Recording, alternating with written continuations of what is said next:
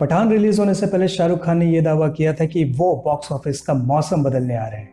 अब उन्होंने कितना मौसम बदला ये बता पाना तो बड़ा मुश्किल काम है, लेकिन शाहरुख खान ने बॉक्स ऑफिस कलेक्शन की मिस्ट्री को जरूर बढ़ा दिया। कुछ ही महीनों पहले ब्रह्मास्त्र का बॉक्स ऑफिस कलेक्शन भी एक मिस्ट्री बनकर रह गई थी, लेकिन पठान ने तो उसकी सारी लिमिट ही तोड़ दी।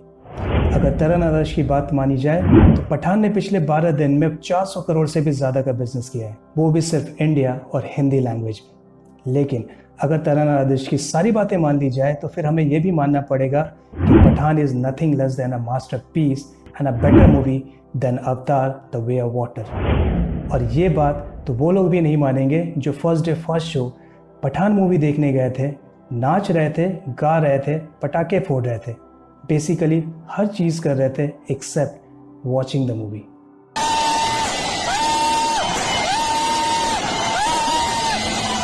अब पठान का एग्जैक्ट बॉक्स ऑफिस फिगर तो डायरेक्टली पता करना नेक्स्ट टू इम्पॉसिबल है, but through indirect methods we can make it out कि जो वो फिगर दे रहे हैं वो कितना सही है और कितना गलत है। जैसे कि अगर हम उन इन्वेस्टर्स का करंट फाइनेंशियल स्टेटस ट्रैक कर सके जो डायरेक्टली मूवी बिजनेस में इन्वॉल्व है, for example PVR and INOX.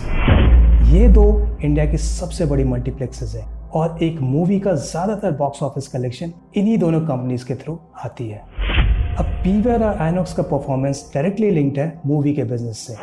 अगर एक मूवी बहुत अच्छा परफॉर्म करती है तो आइनॉक्स और पीवीआर दोनों की अर्निंग में भी इजाफा होता है। वहीं दूसरी तरफ अगर मूवी नहीं चलती है तो उनकी अर्निंग में भी कमी आती है। Now PVR and Inox both are public listed company. That means उनका शेयर पब्लिकली ट्रेड होता है और उनके शेयर का प्राइस इनकी परफॉर्मेंस से डायरेक्टली लिंक्ड होता है। अगर कंपनी अच्छा परफॉर्म कर रही है तो इनका शेयर प्राइस मार्केट में बढ़ जाएगा।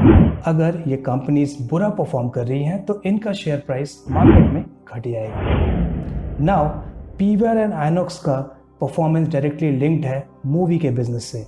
दैट मीन्स अगर मूवी अच्छा चलती है तो इनका परफॉर्मेंस अच्छा है और इनका शेयर प्राइस भी बढ़ेगा मार्केट में। लेकिन अगर मूवीज नहीं चलती है तो इनका परफॉर्मेंस भी बुरा है और मार्केट में शेयर प्राइस भी घट जाएगा। और अब मैं आपको ये प्रूव करके दिखाऊंगा कि पीवीआर और आइनॉक्स के शेयर प्राइस एक्चुअली बॉलीवुड के परफॉर्मेंस से लिंक्ड है। अब हम सभी को पता है कि 2022 बॉलीवुड के लिए एक बहुत बुरा साल रहा है। ये बात तो बॉलीवुड वाले भी मानते हैं क्योंकि उनकी ज़्यादातर पिक्चरें डिजास्टर रही। दैट मीन्स अगर बॉलीवुड का परफॉर्मेंस खराब रहा है तो पीवीआर और आइनॉक्स का शेयर प्राइस भी गिरे हुए होने चाहिए। अगर आप पीवीआर और आइनॉक्स के 6 महीने के शेयर के परफॉर्मेंस देखेंगे तो आप इसे सही पाएंगे। पीवीआर का शेयर प्राइस पिछले 6 महीनों में 365 पॉइंट गिरा है, जो कि 17.45% के आसपास है। वहीं आइनॉक्स का शेयर प्राइस 65 पॉइंट से गिरा है, जो कि 11.45% के आसपास है। मैं आपको एक और प्रूफ देता हूँ। जब ब्रह्मास्त्र रिलीज हुई थी तो उसका opening day collection was very disappointing, क्योंकि उसका बजट काफी ज्यादा था and it was a huge star cast movie. Now, since it was disappointing, ये पीवीआर और आइनॉक्स के शेयर में भी रिफ्लेक्ट होना चाहिए, यानी पीवीआर और आइनॉक्स के शेयर गिरने चाहिए। और अगर आप उस टाइम पीवीआर और आइनॉक्स के शेयर प्राइसेस को चेक करेंगे तो it was a fall of 6% और इसमें 940 करोड़ का नुकसान हुआ था पीवीआर और आइनॉक्स दोनों को। So, I think I have given you enough evidence just to prove that there is a correlation exists between share price of PVR and Inox and performance of any Bollywood movie. Now coming back to the Pathaan. Trade analyst के हिसाब से पठान जमकर कमाई कर रही है। अगर पठान जमकर कमाई कर रही है तो इसका इम्पैक्ट पीवीआर और आइनॉक्स के शेयर प्राइसेस में भी पॉजिटिवली दिखना चाहिए। लेकिन जिस दिन पठान ने 50 करोड़ रुपए की कमाई की है 25 जनवरी को, उसी दिन पीवीआर के शेयर प्राइसेस में 3% की गिरावट देखी गई, यानी कि पीवीआर का शेयर प्राइस 17 पॉइंट से गिर गया। उसके बाद पठान ने हर दिन 50-50 करोड़ के आसपास की कमाई की है, लेकिन अगेन 27 जनवरी को फिर से पीवीआर का शेयर प्राइस 50 पॉइंट से गिर गया। And same goes for INOX share price. Now what does this reflect?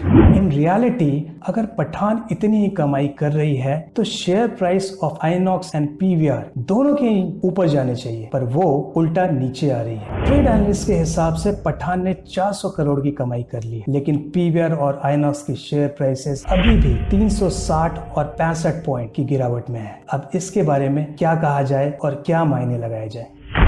वैसे एक और इनडायरेक्ट मेथड है जिसके थ्रू ये पता लगाया जा सकता है कि बॉक्स ऑफिस कलेक्शन इन्फ्लेटेड है या फिर सही है, और ये मेथड क्वालिटेटिव है rather देन क्वांटिटेटिव, और ये हमारे और आपके बीच की बात है, यानी कि व्यूअर्स की बात। नॉर्मली ये देखा जाता है कि व्यूअर्स उस एक्टर की मूवी को फर्स्ट डे फर्स्ट शो देखने जाते हैं जिनकी पिछली मूवी उन्हें पसंद आई है। फॉर एग्जाम्पल, अगर आप शाहरुख खान का ही एग्जाम्पल ले लें तो उनकी चेन्नई एक्सप्रेस बहुत चली थी, और इसीलिए जब हैप्पी न्यू ईयर मूवी आई तो लोगों ने फर्स्ट डे फर्स्ट शो देखना पसंद किया, और इसीलिए हैप्पी न्यू ईयर की पहले दिन की कमाई 40 करोड़ के आसपास थी, जबकि चेन्नई एक्सप्रेस की पहले दिन की कमाई सिर्फ 31 करोड़ रुपए थी।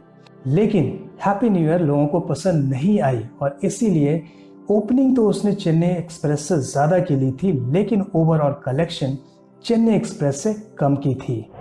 हैप्पी न्यू ईयर की डिसअपॉइंटमेंट उनकी नेक्स्ट रिलीज दिलवाले के ओपनिंग बॉक्स ऑफिस कलेक्शन में दिखी। दिलवाले ने सिर्फ 21 करोड़ का ओपनिंग लिया, और लोगों को ये पिक्चर भी बहुत ज़्यादा पसंद नहीं आई थी, और इसीलिए जब उनकी अगली रिलीज फैन आई तो उसने सिर्फ 19 करोड़ का ओपनिंग डे कलेक्शन लिया।